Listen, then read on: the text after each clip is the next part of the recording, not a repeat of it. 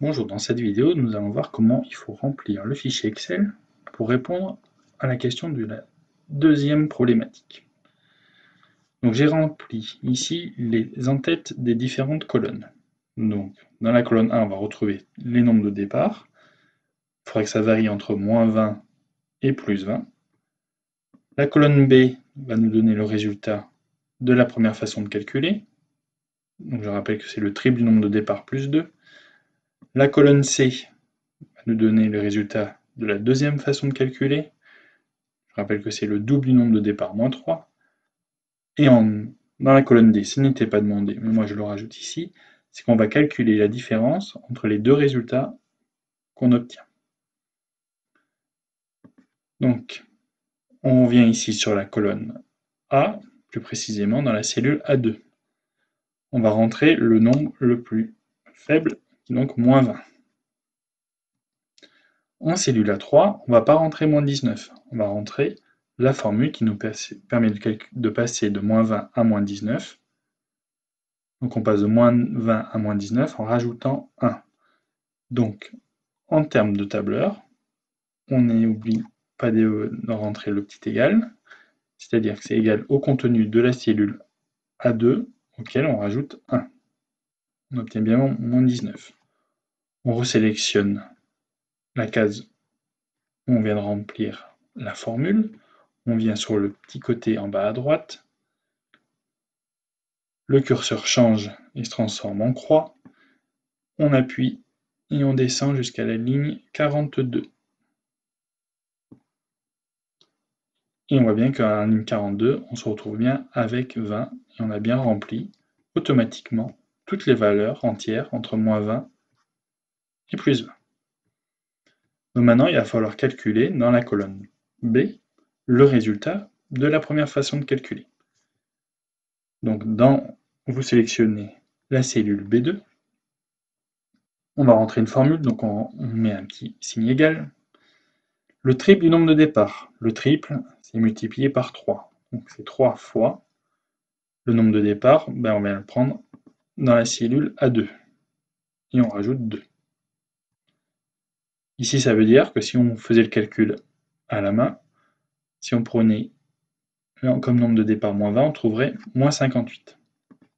On revient cliquer sur la cellule B2, on se remet en bas à droite et on glisse en maintenant le bouton gauche de la souris et on arrive à remplir toute la colonne B. Pour la colonne C, on fait de même. Égal, donc ce coup-ci on nous dit que c'est le double du nombre de départ, donc 2 fois le nombre de départ, il est en colonne A, ici en cellule A2, donc on vient cliquer dessus, moins 3. C'est-à-dire que si on prend comme nombre de départ moins 20, et qu'on utilise la deuxième façon de calculer, on trouverait moins 43.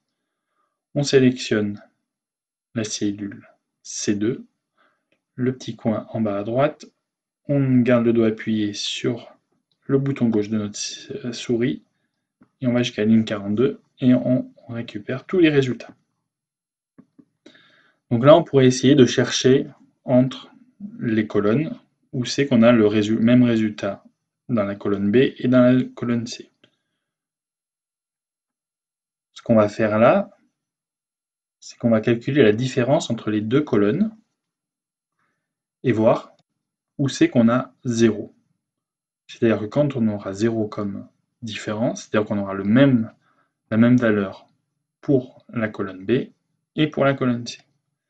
Donc pour calculer cette différence, on vient se mettre sur la cellule D2, on appuie sur égal, donc on va calculer la différence entre la cellule B2, donc on clique sur la cellule B2, on rentre le signe moins, on clique sur la cellule C2, là Excel nous donne moins 15, donc on verra bien qu'on a moins 15 de différence entre ces deux colonnes. On reclique sur la cellule D2 et on va tirer vers le bas notre formule. Voilà. Donc on peut resélectionner toutes nos cellules, maintenant que c'est fini, comme ça. Venir ici, mettre des bordures pour vraiment qu'on visualise bien les cellules. Et en plus, on peut cliquer ici sur centrer, parce que vous deviez avoir par défaut aligné à droite. Comme ça, on voit bien au centre ces valeurs. Donc maintenant, il suffit juste de dérouler dans la cellule D et où c'est qu'on trouve 0. Voilà, moins 5, moins 4, moins 3, moins 2, moins 1, 0. Voilà. Donc ça veut dire, on retrouve bien qu'on a le même résultat sur le calcul 1 que sur le calcul 2, et que notre nombre de départ était moins 5.